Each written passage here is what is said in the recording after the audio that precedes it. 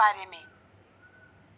पादपों में मुख्यतः दो प्रकार के ऊतक होते हैं, विभज्य ऊतक और स्थायी ऊतक। हम जानते हैं कि विभज्य ऊतक तीन प्रकार के होते हैं, शीर्षस्थ विभज्य ऊतक यानी अपाइकल मेरिस्टेम, पार्श्व विभज्य ऊतक यानी लैटरल मेरिस्टेम और अंतर्विष्ट विभज्य ऊतक यानी इंटरकैलरी मेरिस्टेम। इसी तरह स्थायी ऊतक भी दो प्रकार के होते हैं, सरल स्थायी ऊतक यानी सिंपल परमानेंट टिश्यू और जटिल स्थायी ऊतक यानी कॉम्प्लेक्स परमानेंट टिश्यू।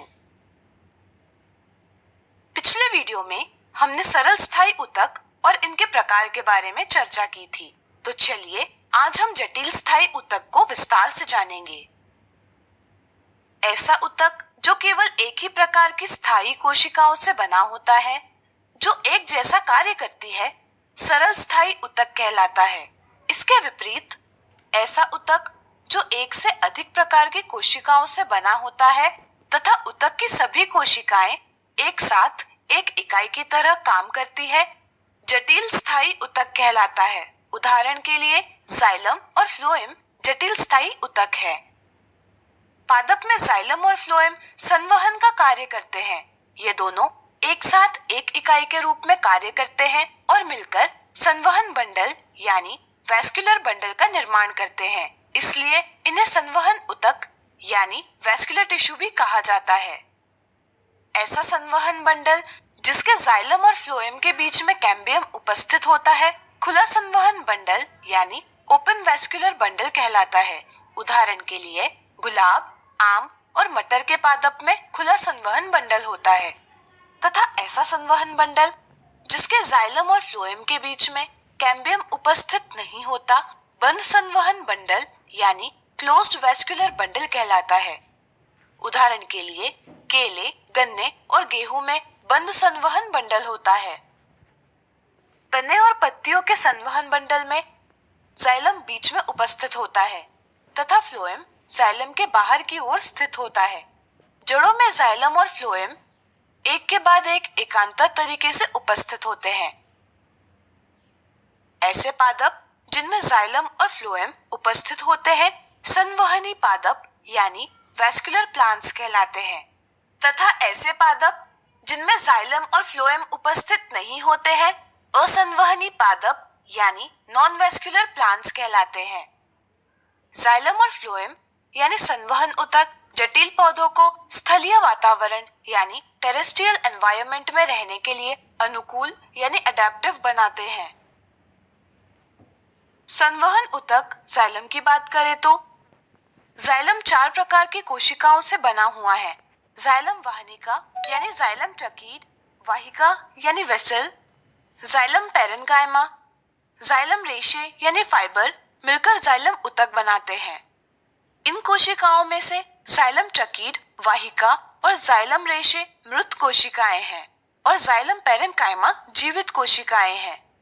यह सभी कोशिकाएं एक दूसरे के साथ जुड़ी हुई नलिकाओं जैसी रचना होती है।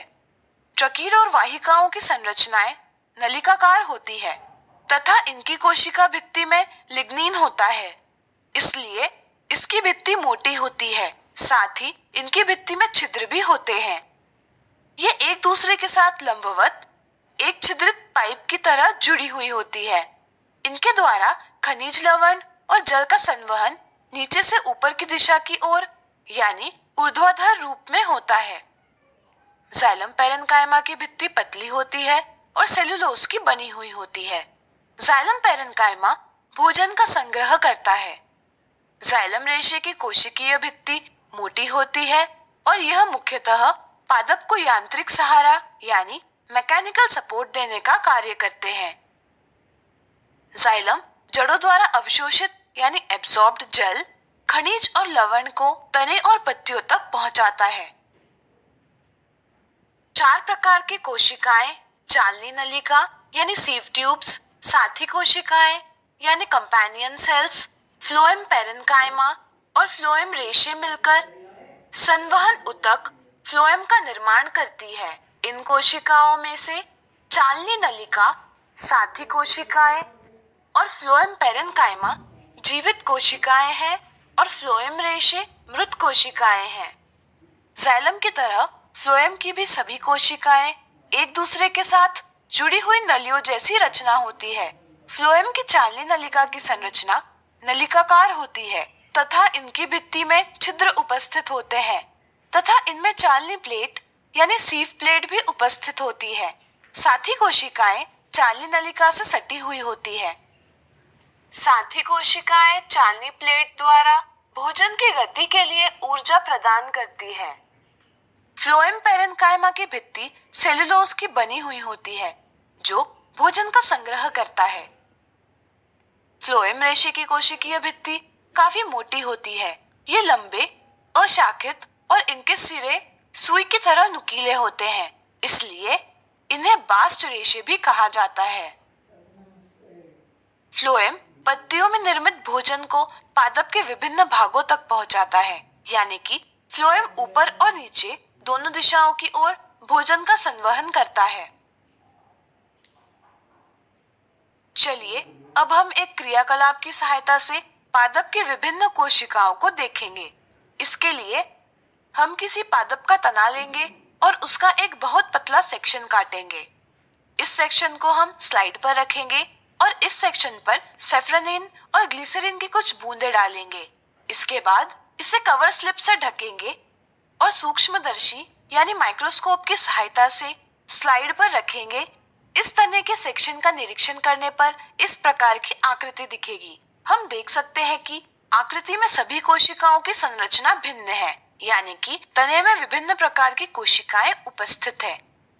इस आकृति में हम तने में उपस्थित जटिल स्थायी ऊतक, जाइलम और फ्लोएम का स्थान भी देख सकते हैं।